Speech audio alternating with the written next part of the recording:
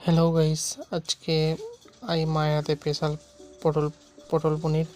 প্রথমে আলুটা কেটে নিল, তারপর পটলটা কেটে নিল। পটলটা কেটে নেওয়ার পর পনিরটা কেটে নিল। পুদিনা সরু সরু করে কেটে নিয়ে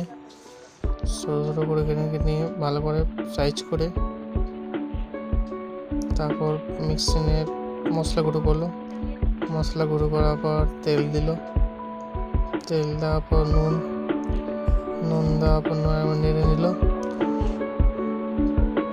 নেড়ে নেওয়ার পর পনিরগুলো তেলে ছেড়ে দিল। লাল লাল করে পনিরটা ভেজে, তারপর পনিরটা ভাজতে হবে।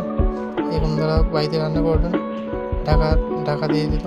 ঢাকা দেওয়ার ফলে পনিরটা তুললো। লাল লাল করা পনিরটা হয়েছে দেখুন।